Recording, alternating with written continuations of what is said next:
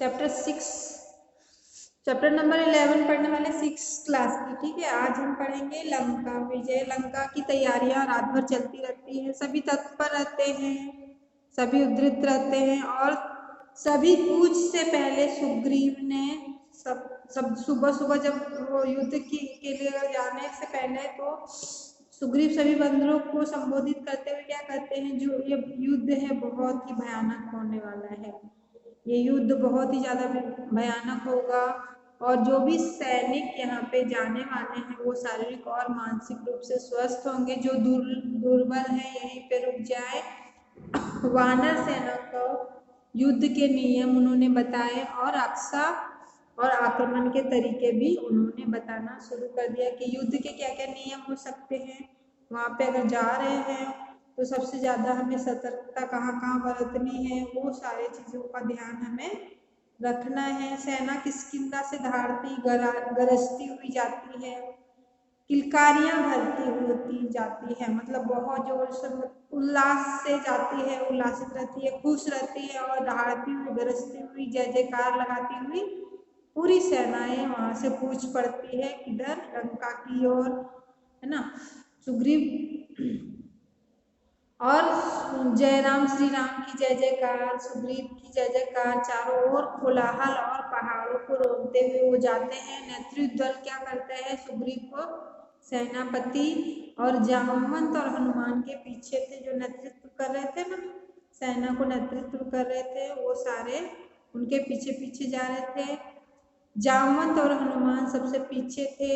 यह सेना की रणनीति का हिस्सा था। रात दिन चलकर सेना ने महेंद्र पर्वत पर डेरा डाला, वही पर्वत जहां पर हनुमान ने छलांग लगाई थी। जिस पर्वत से हनुमान ने छलांग लगाई थी ना, महेंद्र पर्वत, जो कि कांप उठा था, वहां से उन्होंने स्टार्ट किया जाना, है ना, जहाँ से हनुमान ने छलांग लगाई। समुद्र निकट था, पर्वत पर सेना का ध्वज लगा हुआ था और समुद्र बिल्कुल पास था, सेना का झंडा लगा था, तंबू लगे थे, पताकाएं हवा में लहरा रही थी। पताकाएं मतलब झंडे जो थे हवा में वहां पे लहराई जा रही थी। उधर लंका में खलबली मच गई थी, राक्षसों में भी बेचैनी थी, उनका मन डरा हुआ था कि राम शक्ति को लेकर उसका दूत लंका में आग लगा सकता है, वह स्वयं इतना शक्तिशाली होगा। नगर में चर्चाओं का विषय यही था, लेकिन रावण और उन्हें विज्ञ थे, उन्हें कौन बताता, किसी में भी इतना साहस नहीं था कि हो सकता है बहुत ज्यादा राक्षसों में इतनी बेचैनी थी, पता नहीं राक्षस कैसा होगा लंका कल, वहां से दूत तो आ गया लेकिन इतना शक्तिशाली और नगर में पूरा चर्चा था, है ना।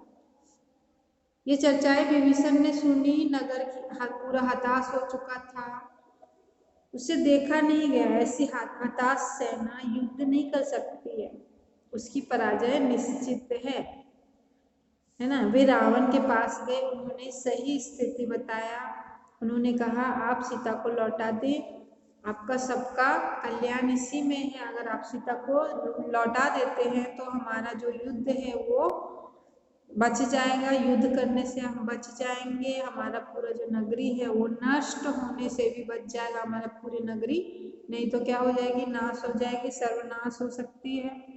रावण ने विभीषण की बात अनसुनी कर दी और उन्हें पहले तो कक्ष से बाहर निकाल दिया। क्रोध में वो स्वयं ही वहां से उठकर चल पड़ते हैं सभा कक्ष की ओर। उन्हें राम के समुद्र तट पर पहुंचने की समाचार मिलती है, ठीक है, राम की समुद्र तट पे पहुंचने की समाचार मिलती थी और सैनिकों ने राम की सेनाओं का पताका दूर से देख लिया था कि राम की सेना आ रही है, तो विभीषण के पीछे चलते हुए बोलते हैं सीता आपके गले में बंधा हुआ सांप है, वो आपको डस लेगा, छोटी सी बात मत समझिए लंका। वो जो विभीषण थे ना, उन्हें समझाने की बहुत कोशिश कर रहे थे कि आप युद्ध ना करें महाराज, है ना, आप युद्ध ना करें, अगर आप युद्ध करोगे तो हमारी जो पूरी नगरी है वो महाविनाश से बच सकती है। अब मैं केवल इतना ही कहता हूँ कि आप सीता को लौटा देते हैं तो हमारी लंका बच जाएगी। उससे पहले जो वानर सेनाएं थी उन्होंने कैसे वहां पे कुछ किया, क्योंकि उन्होंने समुंदर पे एक रास्ता बनाया, पत्थरों का रास्ता, शिलाओं का रास्ता, बहुत ही बड़ा सा समुंदर में कैसे रास्ता बनाया, पूरे जंगलों में से, पर्वतों में से पत्थरों को लेके आए और सब में श्री राम लिख दिया। सारे पत्थरों में श्री राम लिख के उन्होंने क्या किया, एक राम सेतु का निर्माण किया, है ना। राम ने सारे हनुमान के सेनाओं की मदद से, सारे वानरों की मदद से हर एक शिला को कहाँ डालता गया, समुंदर पे, और उस शिला पे नाम था लिखा हुआ राम का। और वो समुंदर में जो शिला जाती थी, जो पत्थर जाते थे, वो फ्लोट करते थे, मतलब वो तैरते हुए पत्थरों का एक पुल निर्माण किया। वो तैरता हुआ पत्थर कभी डूबता नहीं था। कभी पत्थर को तुमने देखा तैरते हुए? तो नहीं। उन पत्थरों में जैसे ही राम लिखा तो वो पत्थर हल्का हो गया, और हल्का पत्थर कभी भी नहीं डूबता, वो नौका के समान हो गया। और एक सेतु, राम सेतु का निर्माण उन्होंने कर लिया। राम सेतु का निर्माण करके और वो सेतु के द्वारा पूरी लंका की पूरी सेनाओं के साथ वहां पे कूच करने चले जाते हैं, ठीक है। विभीषण उन्हें बहुत समझाता है कि आप युद्ध ना करें भगवान रावण, नहीं तो हमारी जो लंका है वो बच जाएगी। तो रावण और उन्हें धमकी देता, तुम मेरे भाई नहीं हो, तुम तो शत्रु हो, तुम मेरे भाई नहीं हो, तुम मेरे शत्रु हो, तुम मेरे शुभचिंतक हो। और उनका क्रोध और भड़क जाता है, निकल जाओ यहाँ से, मुझे तुम्हारा साथ नहीं चाहिए, नहीं चाहिए, यहाँ से निकलो, मुझे कोई भी भाई नहीं चाहिए। और रावण क्या होता है, वहां से सभागार की ओर मुड़ जाते हैं। विभीषण पीछे के रास्ते से अलग हो जाते हैं। विभीषण उसी रात लंका से निकल जाते हैं 4 सहायकों के साथ, 4 सहयोगी के साथ वहां से निकल पड़ते हैं। उन्होंने राम के पास जाना ठीक समझा। वहां से निकल के उन्होंने सोचा कि अब मैं राम के पास ही जाऊंगा, क्योंकि मेरा यहाँ पे कोई इज्जत नहीं है, मुझे भाई ने यहाँ से निकाल दिया है ना। किस बात से निकाला विभीषण को? क्योंकि उन्होंने रावण को सलाह देने की कोशिश की, आप युद्ध ना करें, है ना। उसी बात से उन्होंने निकाल दिया। तो विभीषण ने सोचा अभी मैं राम की शरण में जाता हूँ और वहीं पे मुझे जाना उचित रहेगा। और समुद्र पार करके राम शिविर में अचानक खलबली मच जाती है। जैसे समुद्र पार करते हैं ना, समुद्र पार किससे किया?